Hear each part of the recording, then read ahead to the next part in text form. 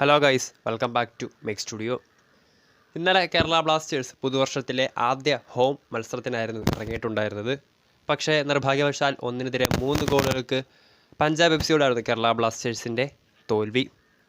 നമുക്കറിയാം, ISL രണ്ടാം ഫേസിലെ ആദ്യ മത്സരത്തിൽ ഒഡീഷയോട് 1-2 ഗോളുകൾക്ക് പരാജയപ്പെട്ടുകൊണ്ട് സ്വന്തം തട്ടകത്തിൽ പരാജയം അറിയാതെ 7 മത്സരങ്ങൾ ഈ സീസണിൽ പൂർത്തിയാക്കിയ സ്വന്തം തട്ടകത്തിലേക്ക് വണ്ടി കയറിയ കേരള ബ്ലാസ്റ്റേഴ്സ് പക്ഷേ നിർഭാഗ്യവശാൽ ഇന്നലെയും 1-3 ഗോളുകൾക്ക് പഞ്ചാബ് എഫ് സിയോട് പരാജയപ്പെടുകയായിരുന്നു.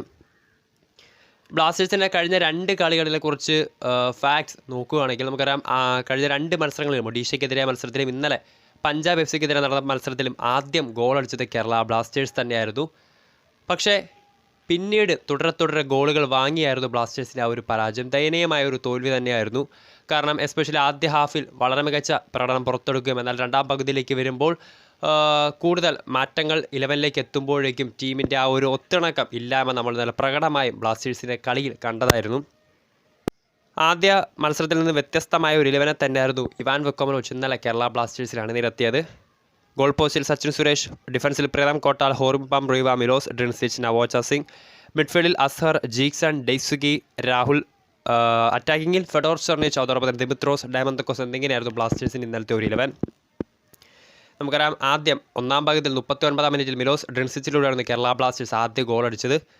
എന്നാൽ ആദ്യ പകുതിക്ക് പിരിയുന്നതിന് മുൻപ് തന്നെ 42-ാം മിനിറ്റിൽ വിൽമർ ജോർഡൻ ഗില്ലിലൂടെ പഞ്ചാബ് തിരിച്ചടിച്ചു. പിന്നെ രണ്ടാം പകുതിയിൽ 66-ാം മിനിറ്റിലും വിൽമർ സ്കോർ ചെയ്തതോടുകൂടി 1-2 ഗോളുകൾക്ക് പഞ്ചാബ് മുന്നിലായിരുന്നു.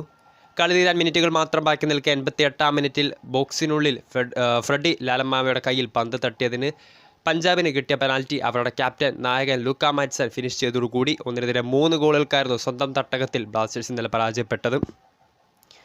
ബ്ലാസ്റ്റേഴ്സിനെ തുടർച്ചയായ രണ്ടാം തോൽവി, അതോടൊപ്പം തന്നെ പഞ്ചാബ് എഫ് സിയെ സംബന്ധിച്ച് അവസാന 4 ISL മത്സരങ്ങളിൽ നിന്ന് 3 വിജയങ്ങളാണ് പഞ്ചാബ് നേടിയെടുത്തിട്ടുള്ളത്.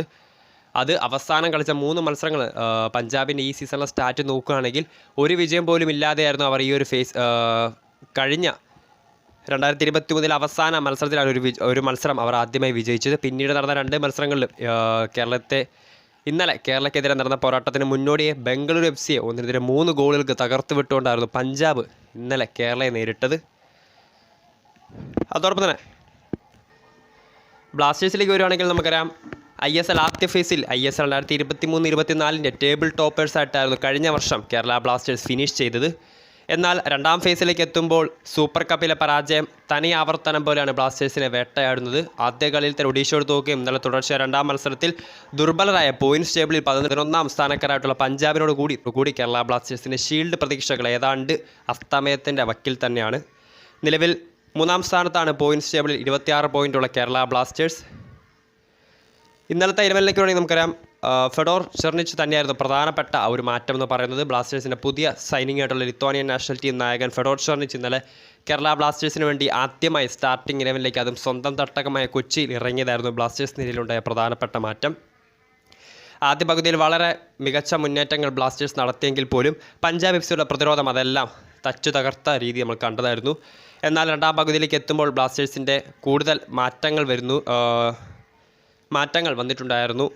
അതോടൊപ്പം തന്നെ ആ മാറ്റങ്ങൾ വന്നതോടുകൂടി തന്നെ ശരിക്കും കേരളത്തിൻ്റെ ആ ഒരു കളി കൂടുതൽ ദുർബലപ്പെട്ടതായാണ് നമ്മൾ കാണുന്നത്. എസ്പെഷ്യലി ഡിഫൻസിലേക്ക് വരികയാണെങ്കിൽ ആദ്യ പകുതിയിൽ 1-1 സമനിലയിൽ പിരിഞ്ഞ കേരളത്തിൻ്റെ ആ ഒരു സ്കോർ, എന്നാൽ രണ്ടാം പകുതിയിലേക്ക് എത്തുമ്പോൾ തുടർച്ചയായ ഗോളുകൾ വഴങ്ങുന്നത് കേരള ബ്ലാസ്റ്റേഴ്സ് ഇന്നലെ ഒഡീഷയ്ക്കെതിരായ പോരാട്ടത്തിലും ഇന്നലെ പഞ്ചാബിനെതിരായ പോരാട്ടത്തിലും തുടർച്ചയായ ഗോളുകൾ വഴങ്ങിയത് നമ്മൾ കണ്ട കാര്യം തന്നെയാണ്.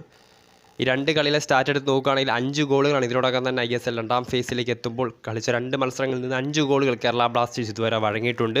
നേടിയതാകട്ടെ 2 ഗോളുകൾ മാത്രമാണ്. സോ എന്നിരുന്നാലും കാത്തിരിക്കാം കേരള ബ്ലാസ്റ്റേഴ്സിൻ്റെ ഒരു തിരിച്ചു വരവിന് വേണ്ടി. കൂടുതൽ മികച്ച പ്രതീക്ഷകൾ, കൂടുതൽ മികച്ച ടീമിനെ ഇറക്കിക്കൊണ്ട് അടുത്ത മത്സരത്തിലൊക്കെ മികച്ച പ്രകടനത്തോടു കൂടി കേരളത്തിൻ്റെ കൊമ്പന്മാർ തിരിച്ചു വരുമെന്ന് പരിശീലകൻ ഇവാൻ വെക്കോമനോവിച്ച് ഇന്നലത്തെ മത്സരത്തിൻ്റെ ആ ഒരു റിസൾട്ടിന് ശേഷം പ്രസ് മീറ്റിൽ പറഞ്ഞിട്ടുണ്ടായിരുന്നു. സോ കാത്തിരിക്കാം, അല്ലെങ്കിൽ വിശ്വസിക്കാം അദ്ദേഹത്തിന് ആ ഒരു വാക്കുകൾക്ക് വേണ്ടി.